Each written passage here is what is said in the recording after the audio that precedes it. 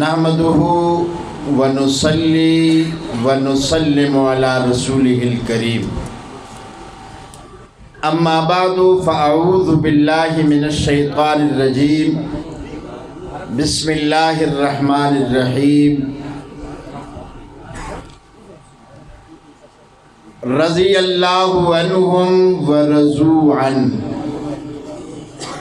قال الله تبارك وتعالى قل لا أسألكم عليه أجرا إلا المودة في القربى وقال النبي صلى الله عليه وسلم الله الله في أصحابي الله الله في أصحابي الله الله في أصحابي لا تتخذوهم من بعدي غرضا فمن أحبهم فبحبي أحبهم ومن أبغضهم فببغضي أبغضهم وقال النبي صلى الله عليه وسلم أذكركم الله في أهل بيتي أذكركم الله في أهل بيتي أذكركم الله في أهل بيتي وقال النبي صلى الله عليه وسلم إن ابني هذا سيد لعل الله أن يصلح به فئتين من المسلمين صدق اللہ و صدق رسولہ النبی الکریم. درود شریف پڑھ لیجیے. اللہم صلی علی محمد وعلی آل محمد واصحاب محمد واہل بیت محمد وبارک وصلی وسلم علیہ.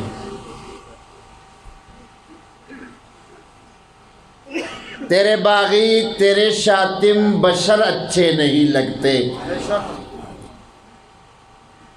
تیرے باغی تیرے شاتم بشر اچھے نہیں لگتے. تیرا سایہ نہ ہو جن پر وہ سر اچھے نہیں لگتے. اور تیرے اصحاب سے مجھ کو محبت کیوں نہ ہو آقا. تیرے اصحاب سے مجھ کو محبت کیوں نہ ہو آقا. کسے اونچے گھنے ٹھنڈے شجر اچھے نہیں لگتے. اور کوئی کہانی نہ افسانہ اچھا لگتا ہے فقط صحابہ کا ترانہ اچھا لگتا ہے. فقط فقط فقط فقط یوں نہیں صحابہ سے کرتے لوگ. کوئی کہانی نہ افسانہ اچھا لگتا ہے فقط فقط فقط فقط فقط صحابہ کا ترانہ اچھا لگتا ہے. تم سوچتے رہو ساحل پہ بیٹھ کے ہمیں کافر سے پنجہ آزمانا اچھا لگتا ہے.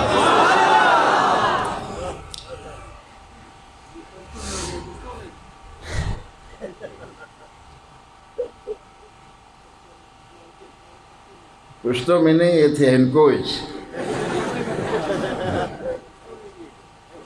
پشتو کس کس کو سمجھ آتی ہے ہاتھ کھڑا کرے. یہ تو سب کو آتی ہے. تقریر پشتوں میں نہ مارا ہے.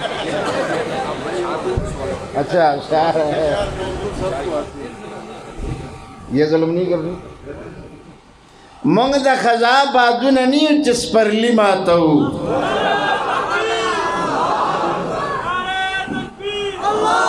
منگ دا خزا بادو ننی چس پر لی ماتو. منگ نسیمونیو غٹائی دا سہرگی ماتو. او منگ مجاہدیو منگ مجاہد یو ماتو مغرور ظالم سرونا منگ آغنی چی ازار اخلو زرگی ماتو او دا شہادت جام پس دم رتگی تگی گرزو. آپ نے دیکھا ڈاکٹر عادل خان شہید کو دا شہادت مجھے کسی نے کہا نہیں سیکورٹی کیوں نہیں رکھی. میں نے کہا یہ تو شہادت کے پیچھے جا رہے تھے, شہادت سے بھاگ نہیں رہے تھے. منگ دا خزاب آدن نیو چس پر لی ماتاو منگ نسمون یو غٹائی دا سہرگی ماتاو منگ مجاہد یو ماتاو مغرور ظالم سرونا منگ آغا نیو چی ازار اخلو زرگی ماتاو او دا شہادت جام پسے دمرا تگی تگی گرزو چی دی تندے ماتے دو پسی تندی ماتاو. گرامی قدر علماء اکرام, مہمانان گرامی قدر اور صحابہ اہل بیت سے محبت رکھنے والے عزیز جیالے بھائیوں, میں سب سے پہلے عظمت صحابہ اہل بیت مارچ میں جو مانسیرا نے کردار ادا کیا ہے, جو انتظامات کیے گئے آپ کی طرف سے اور جو جمع غفیر آپ کی طرف سے آیا, میں تمام اہلیان مانسیرا کا شکریہ ادا کرتا ہوں. اپنے قائد مانسیرا مولانا رب نواز طاہر صاحب, مولانا عبید الرحمن حیدری صاحب اور تمام ذمہ داران اور کارکنان کو خراج تحسین بھی پیش کرتا ہوں اور شاباش بھی دیتا ہوں. اور آپ نے 3-4 دن کے بعد پھر اتنی بڑی تعداد میں جمع ہو کر بتا دیا کہ دفاع صحابہ اہل بیت کی عنوان پہ اہلیان مانسیرا کو جب بھی بلایا جائے گا یہ سر کے بل آئیں گے انشاءاللہ.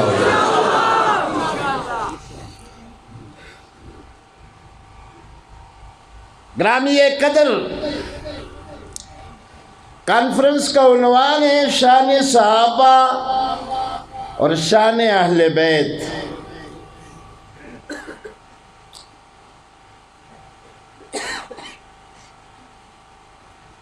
صحابہ اور اہل بیت سنیے, میں عقیدہ بیان کر رہا ہوں. عقیدہ قریشی صاحب, میں عقیدہ بیان کر رہا ہوں صحابہ اہل بیت کے حوالے سے. صحابہ عقیدے سے پہلے ایک بات کرتا ہوں, رسول کے یارانے کو صحابہ کہا جاتا ہے اور رسول کے گھرانے کو اہل بیت کہا جاتا ہے. گھر میں ماننے والے اہل بیت اور در پہ آ کے ماننے والے صحابہ.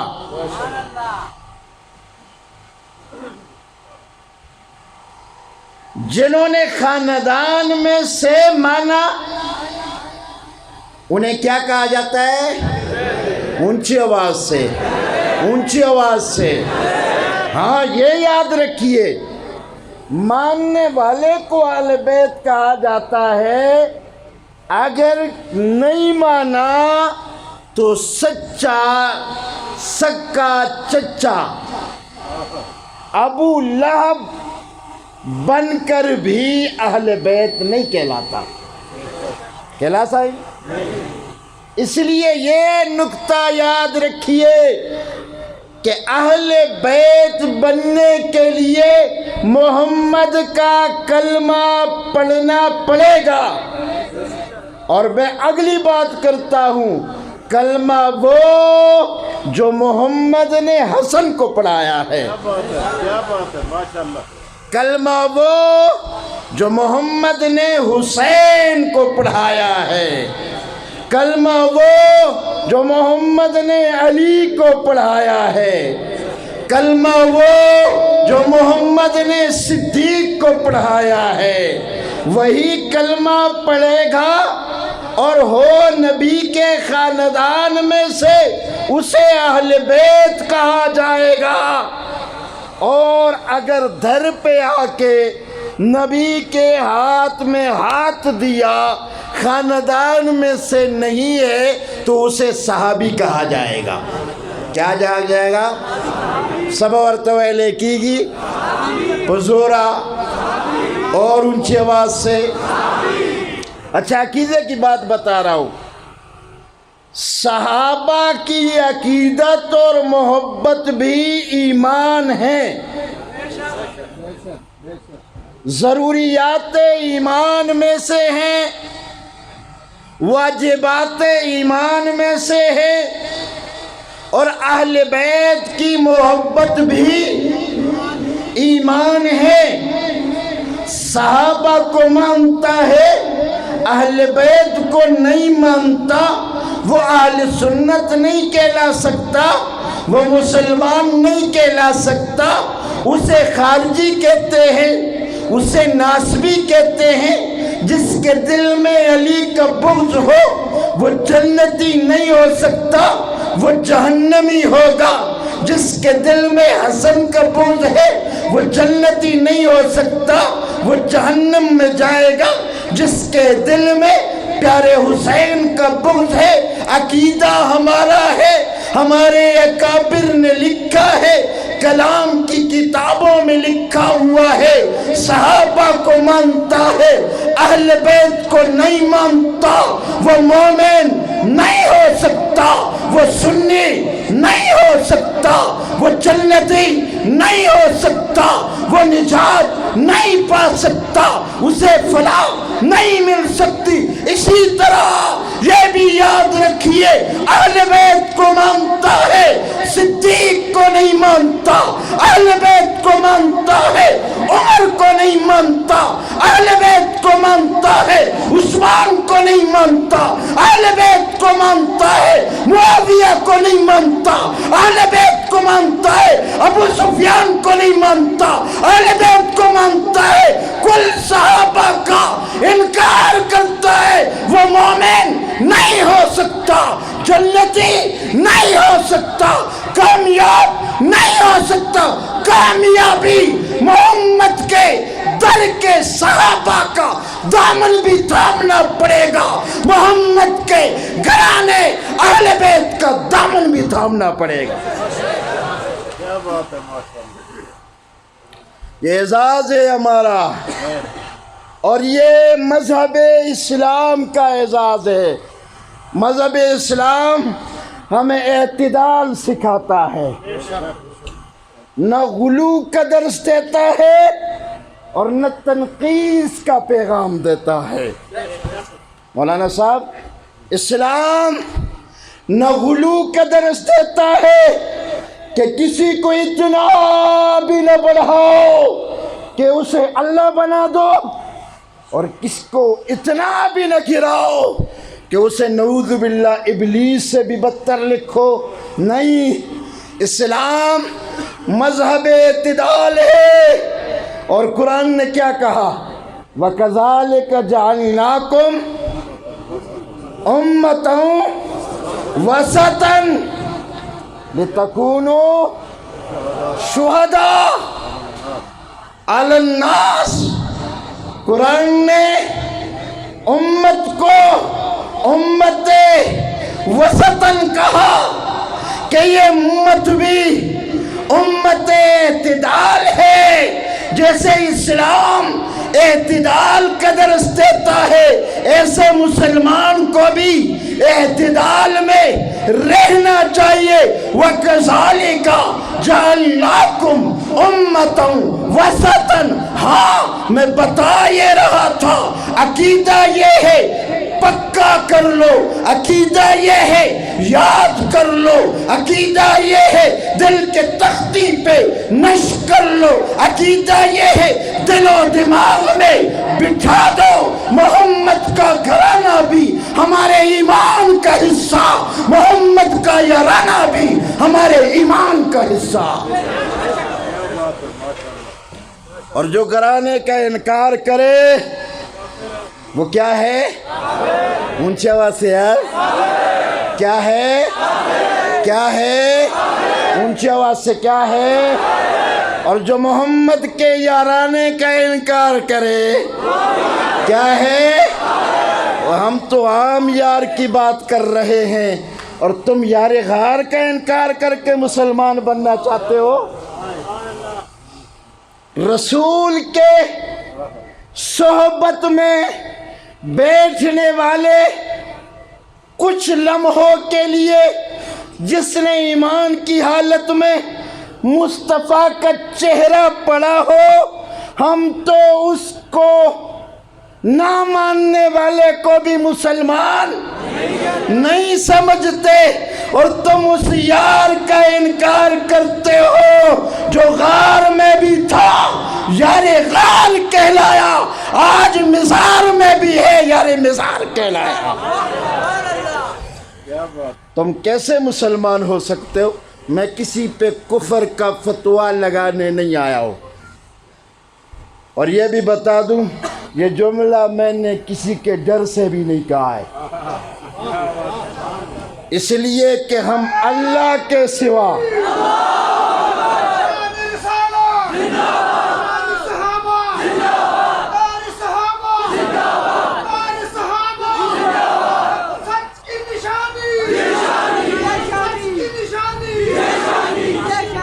اور میں نے یہ جملہ کسی کے ڈر سے بھی، خدا کی قسم، کسی مسلمان کو کافر کہنے کو کفر سمجھتا ہوں، کسی مسلمان کو کافر کہنے کو کفر سمجھتا ہوں، لیکن یاد رکھیے کسی کافر کو مسلمان بھی نہیں کہہ سکتا۔ اور یہ جو میں نے کہا کہ میں کسی کو کافر بنانے نہیں آیا ہوں، کسی کے ڈر سے نہیں کہتا ہوں، میرا عقیدہ ہے کہ ڈرنا صرف کس سے چاہیے؟ موت و حیات کا مالک کون ہے؟ عزت ذلت کس کے پاس ہے؟ تاج پہ کون بٹھاتا ہے؟ تخت پہ کون لٹاتا ہے؟ کون لٹاتا ہے؟ اور اونچی آواز سے اسی رب ذوالجلال کی عزت کی قسم، میرا عقیدہ ہے جو یار غار کی تکفیر کرتا ہے وہ کائنات کا بدترین کافر ہے، اور میں اپنے مرشد جھنگوی کی زبان میں کہوں تو وہ کائنات کا غلیظ ترین کافر ہے۔ توجہ، صحابہ کرام اہل بیت اطہار ہمارے ایمان کا، ہمارے عقیدے کا، ہماری محبتوں کے مرکز و منبع ہے۔ خبردار جو کسی نے کسی صحابی کی تنقیص کی، خبردار جو کسی نے اہل بیت کے کسی فرد کی توہین کی،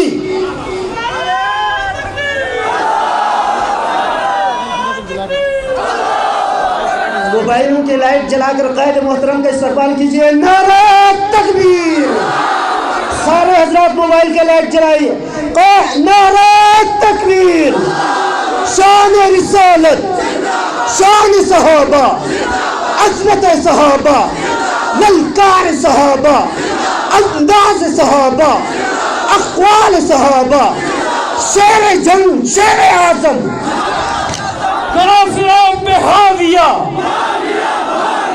کافروں پہ حاویہ، کافروں پہ حاویہ، کافروں پہ حاویہ، کافروں پہ حاویہ، نعرہ تکبیر۔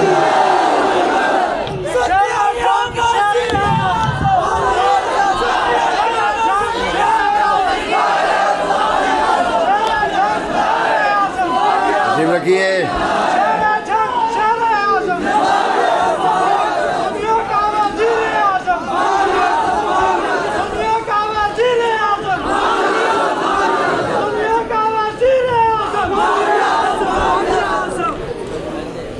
تشریف رکھیے۔ میں مولانا محمد معاویہ اعظم طارق صاحب کا شکریہ ادا کرتا ہوں کہ وہ تشریف لائے۔ انشاءاللہ تھوڑی دیر میں آپ سے مخاطب ہونے والے ہیں، میری بات سماعت کیجئے۔ میں عرض یہ کر رہا تھا کہ صحابہ اور اہل بیت ہمارے ایمان کا حصہ ہے۔ صحابہ کو مان کر اہل بیت کا انکار کیا جائے تب بھی ایمان نہیں بچتا، اہل بیت کو مان کر صحابہ کا انکار کیا جائے تب بھی ایمان نہیں بچتا۔ میرے بھائی میں یہی کہہ رہا ہوں، صحابہ اور اہل بیت ہمارے لیے ایمانی قبلہ ہے۔ ہمارے ایمان کا قبلہ، عبادت کا قبلہ تو بیت اللہ ہے۔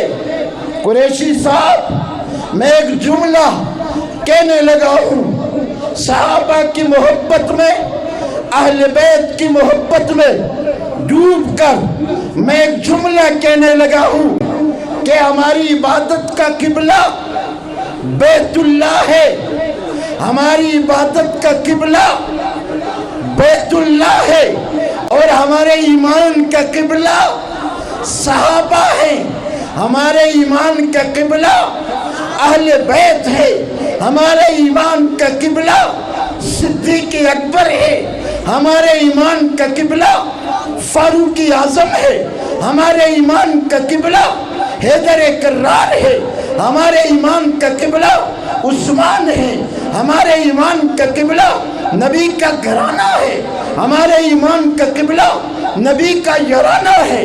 ہاں میں آپ کو یہ بات سمجھانے لگا ہوں، ایک اور بات بھی کہنا چاہتا ہوں۔ جب عبادت والے قبلے کی کچھ لوگوں نے توہین کی تو اللہ نے ان لوگوں کو کہا سیقول السفہاء، سیقول السفہاء، یہ بے وقوف ہے جو بیت اللہ کے متعلق، عبادت والے قبلے کے متعلق جو تنقید کر رہے، جو بکواس کر رہے، سیقول السفہاء۔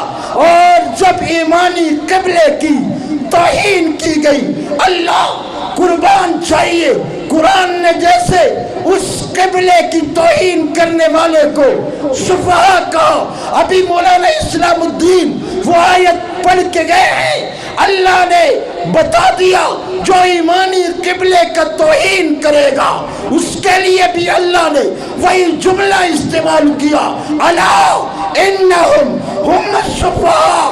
بیت اللہ کا توہین کرنے والا بھی بے وقوف ہے، صحابہ کا توہین کرنے والا بھی بے وقوف ہے۔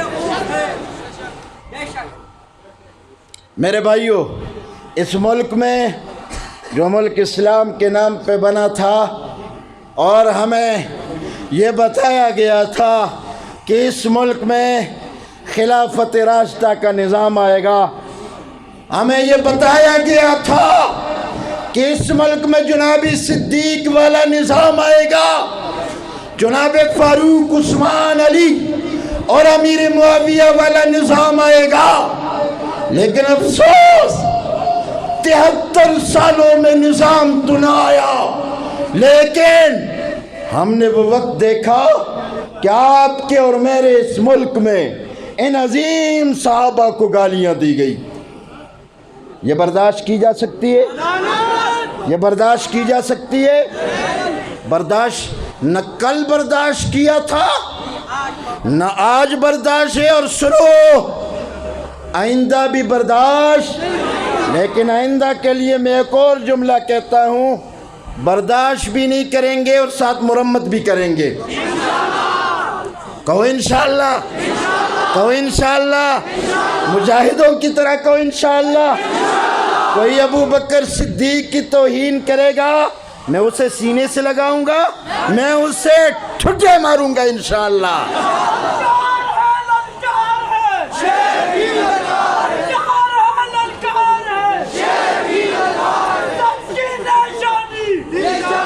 میرے بھائی، جو حضرت فاروق اعظم کی توہین کرے گا، میں اس کے گلے میں پھولوں کے ہار نہیں، ہم اس کے گلے میں جوتوں کے ہار ڈالیں گے۔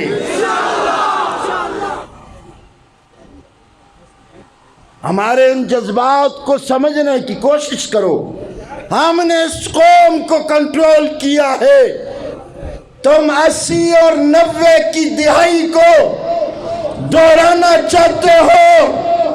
اگر تم یہ سمجھ بیٹھے ہو کہ ان میں وہ جذبات نہیں رہے، تو سنیے، ہم میں وہ جذبات آج بھی قائم ہیں۔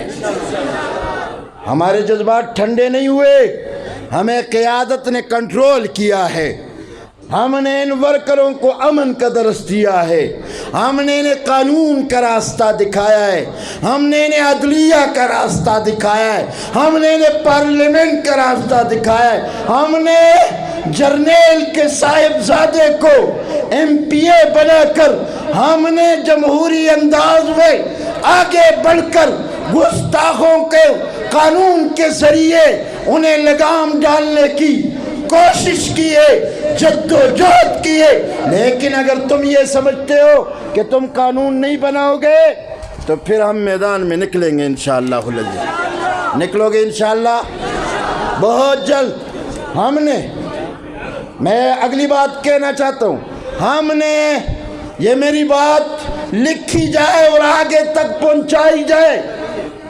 مولانا صاحب لوگوں نے ماتے لوگوں نے اوے آپ اپنی تقریر یاد چھوڑو۔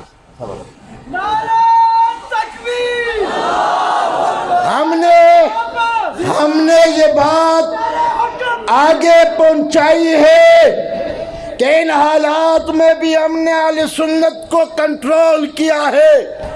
خدا کی قسم، خدا کی قسم، اس ملک میں عام صحابی کی نہیں، صدیق کی توہین ہوئی ہے۔ تم صدیق کے جوتے کی توہین کرو گے، ہم تمہیں پھر بھی ٹھڈے ماریں گے انشاءاللہ۔ تم ذات صدیق کی بات کرتے ہو، لیکن اس کے باوجود ہم نے کوئی اس طرح کا اقدام نہیں کیا جس سے ملک انتشار کی طرف جائے۔ ہم نے مقتدر لوگوں کو کہا ہے قانون سازی کرو، قانون سازی ہونی چاہیے، ناموس صحابہ بل منظور ہونا چاہیے، توہین صحابہ کے لیے سزائے موت کا قانون ہونا چاہیے۔ ہاتھ بلند کرے، ہاتھ بلند کرے۔ یہ ہمارے جذبات ہیں، اور میں ہزارہ کے اہل سنت کے ورکروں، میں آپ کو تیار رہنے کا حکم دیتا ہوں۔ ہم مزید نہیں، ہم مزید صرف 1 مہینہ انتظار کریں گے۔ اگر پارلیمنٹ نے توہین صحابہ پہ قانون پاس کر کے گستاخان صحابہ کو گرفتار کر کے کیفر کردار تک پہنچایا تو پھر ہم سلام کریں گے، اور اگر پارلیمنٹ نے اپنا کام نہ کیا، صدیق کے گستاخ کے لیے، فاروق، عمر، عثمان، علی کے گستاخ کے لیے قانون سازی نہ کی، تو ہزارہ کے اہل سنت کے ورکروں تیار رہنا۔ اگر لوگ اپنی ذات کے لیے، اپنے اقتدار کے لیے، منصب کے لیے، سیاست کے لیے، عہدے کے لیے، ترقی کے لیے پارلیمنٹ کا گھیراؤ کر سکتے تو ہم صدیق کے لیے، فاروق کے لیے، عائشہ کی عزت و حرمت کے لیے پارلیمنٹ کا گھیراؤ کریں گے انشاءاللہ۔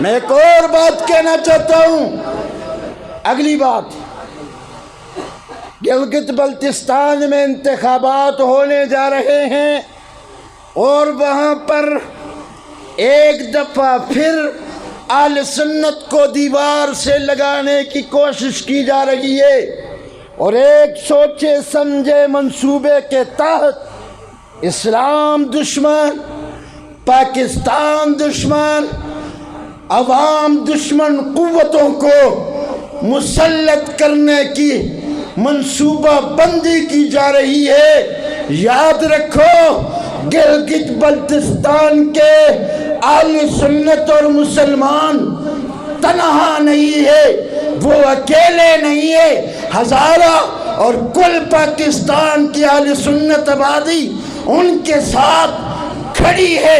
اگر تم نے وہاں پہ اہل سنت کے مینڈیٹ پہ اور ان کے کردار کو محدود کرنے کی کوشش کی تو پھر یاد رکھنا ہماری طرف سے بھی رد عمل آئے گا۔ تم یہ سمجھتے ہو کہ تم وہاں کسی کو مسلط کرو گے، اور یہ جو ابھی بیٹھا ہے جس کو تم نے مسلط کیا، تم نے ملک میں دھاندلی کر کے اسے ہم پہ مسلط کیا۔ یہاں ہم نے اس لیے برداشت کیا کہ یہاں نظریے پہ حرف نہیں آ رہا تھا، وہاں جسے تم مسلط کرنا چاہتے ہو وہ اسلام کے بھی دشمن ہیں، پاکستان کے بھی دشمن ہیں، اور ہم اسلام دشمنوں اور پاکستان دشمنوں کو قبول نہیں کریں گے۔ آپ حضرات سے بھی میں کہنا چاہوں گا، اہل سنت عوام، اہل سنت علماء، آپ بیدار رہیے۔ ہمارے ساتھ ظلم ہوتا ہے، آپ کو نکلنا چاہیے، توہین ہوتی ہے، آپ کو نکلنا چاہیے، صحابہ پہ تبرہ ہوتا ہے، آپ کو نکلنا چاہیے، اور انشاءاللہ اب ہم نے فیصلہ کیا ہے کہ ہم نکلیں گے اور نکل کر بتائیں گے انشاءاللہ۔ آج آپ نے دیکھا کہ مولانا عادل خان شہید رحمۃ اللہ علیہ کے قاتلوں کی عدم گرفتاری کے خلاف ملک بھر میں اور بالخصوص کراچی میں اہل سنت قیادت نے ہڑتال کر کے بتا دیا کہ ہم سب کچھ کر سکتے ہیں، ہم جو قدم نہیں اٹھاتے، ہمیں اس دھرتی سے محبت ہے، ہمیں اس دھرتی سے پیار ہے، ہم پاکستان کے محب ہیں، ہم پاکستان کے چوکیدار ہیں، ہم پاکستان کے محافظ ہیں۔ ہم اقتدار میں ہو تب بھی ہم پاکستان میں، ہم سے اقتدار تم چھین لو تب بھی ہم پاکستان میں، ہم زندہ تب بھی پاکستانی، اور ہماری قبریں بھی پاکستان میں ہیں۔ اور تم دیکھتے ہو کہ یہ جو اقتدار پہ تم جنہیں مسلط کرتے ہو، وہ لوگ جب اقتدار میں ہوتے ہیں وہ پاکستان اور سب سے پہلے پاکستان، اور جب اقتدار کی کرسی سے الگ ہوتے ہیں تو وہ اس ملک میں نہیں رہتے، وہ اس ملک سے بھاگ جاتے ہیں۔ ہم وہ نہیں ہیں، ہمیں ہمارے اکابر نے پاکستان سے محبت کا درس دیا ہے، اور انشاءاللہ العزیز ہم اس ملک میں عظمت صحابہ زندہ باد کے نعرے لگائیں گے، اونچی آواز سے عظمت اہل بیت کے نعرے لگائیں گے، ختم نبوت زندہ باد کے نعرے لگائیں گے، اللہ کی وحدانیت زندہ باد کے نعرے لگائیں گے، اور ہم اس ملک میں، اس ملک کے پاکستان کے زندہ باد کے نعرے لگائیں گے۔ میں پھر کہنا چاہتا ہوں کہ ہزارہ ڈویژن میں کچھ اس طرح کے واقعات ہوئے جس میں کچھ لوگوں نے صحابہ کرام کی توہین کی، ان کی تنقیص کی۔ میں نے اس وقت بھی ہزارہ ڈویژن کے انتظامیہ سے رابطہ کر کے انہیں کہا کہ ان بدبختوں کو لگام ڈالو۔ ہزارہ ڈویژن جس میں 99% سے زیادہ مسلمان رہتے جس میں 99% سے زیادہ صحابہ سے محبت کرنے والے رہتے، تم نے اگر گستاخان صحابہ کو یہاں لگام نہ ڈالا، کل کوئی بھی اٹھ سکتا ہے، کچھ بھی کر سکتا ہے۔ یہ خیبر پختونخوا ہے، یہ ہزارہ ہے، یہ غلام غوث ہزاروی کے ماننے والے ہیں، یہ اللہ کی وحدانیت پہ کوئی کمپرومائز نہیں کرتے، یہ ختم نبوت پہ کوئی سودہ بازی نہیں کرتے، یہ عظمت اصحاب و آل پہ کوئی سودہ بازی نہیں کرتے۔ میں پھر بتانا چاہتا ہوں کہ خیبر پختونخوا میں بالخصوص ملک بھر میں ہونے والی گستاخیوں پہ بالخصوص اور بالعموم اداروں کو حرکت میں آنا چاہیے، گستاخوں کو گرفتار کرنا چاہیے۔ اور اس کے ساتھ ساتھ میں پھر وہ مطالبہ دہراؤں گا کہ صحابہ اہل بیت کی توہین کے حوالے سے ملک میں قانون سازی ہونی چاہیے۔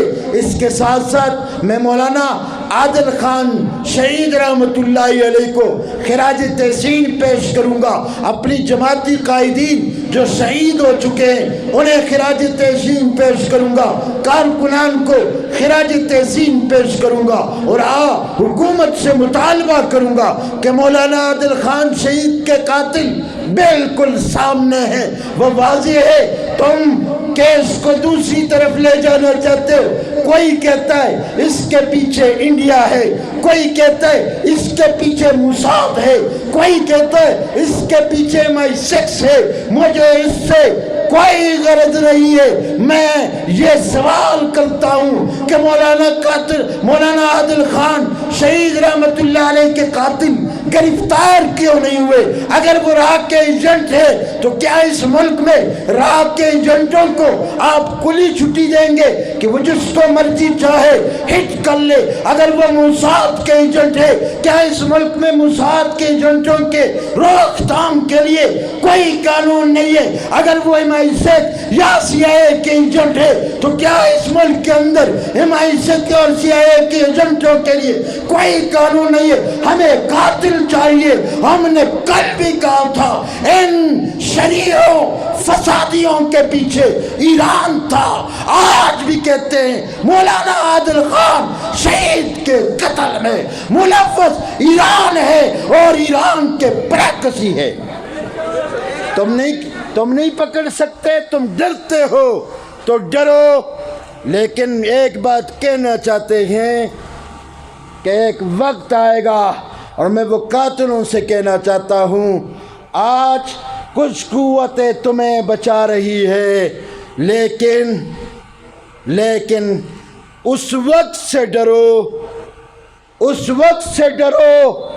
جب ہم نے خود کچھ کرنے کے فیصلہ کر لیا، اور ہم بالکل بغیر لگی لپٹی کہنا چاہتے ہیں ہم پاکستان میں امن دیکھنا چاہتے ہیں، لیکن اس کا یہ مطلب بھی نہیں ہے کہ ہمارا قاتل بالکل واضح ہو تم اس پہ ہاتھ نہ ڈالو، صحابہ کا گستاخ بالکل واضح ہو تم اس پہ ہاتھ نہ ڈالو۔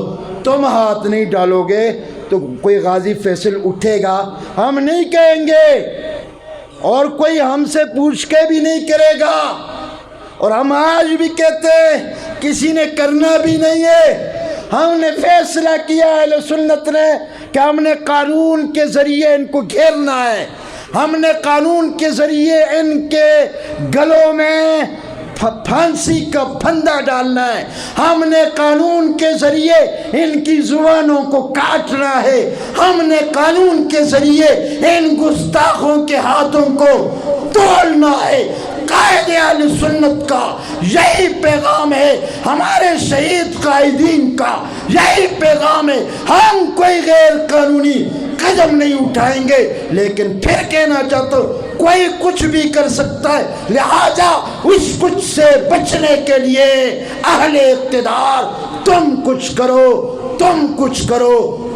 کرو۔ اور میں نے اس دن مارچ میں بھی یہاں کہا کہ ہمارے وزیر اعظم صاحب فرماتے ہیں کہ جی ہمیں پتہ ہے ہمیں 3 مہینے سے پہلے یہ علم ہوا تھا کہ ہندوستان کی ایجنسی پاکستان میں علماء کو شہید کرنا چاہتی ہے. جناب وزیر اعظم صاحب محترم المقام حضرت اقدس شیخ المشائخ پیر طریقت پیران پیرنی جناب محترم، اگر آپ کو پتہ تھا تو پھر آپ نے انہیں گرفتار کیوں نہیں کیا؟ وہ ہندوستان سے چلے، انہوں نے بارڈر کراس کی، وہ کراچی میں آئے، وہ ریکی کرتے رہے. تم کدھر تھے؟ کرکٹ بھی تو ہم نہیں کھیلتے ہو تم. اور پھر تم کدھر تھے؟ میں نے اس دن ایک میٹنگ میں کہا کہ یاد رکھو ہم بہت تھک چکے ہیں. ان نوجوانوں کو سمجھا کے تم اپنی حرکتوں سے باز نہیں ہوگے تو پھر انشاءاللہ العزیز ہم کوئی پیغام دیں گے. اور آپ کو یاد ہے میں نے کیا کہا؟ 1 مہینے کے بعد ہم کہاں جائیں گے؟ کہاں جائیں گے؟ کہاں جائیں گے؟ کہاں جائیں گے؟ کہاں جائیں گے؟ کہاں جائیں گے؟ میں پھر حضرت مولانا صاحب جملہ مہمان گرامی کا شکریہ ادا کرتا ہوں. وآخر دعوانا